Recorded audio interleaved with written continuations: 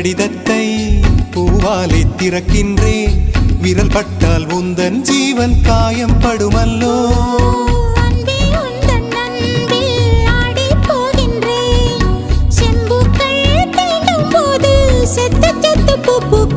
காதல் கடிதம் தீட்டவே மேகம் எல்லாம் காகிதம்.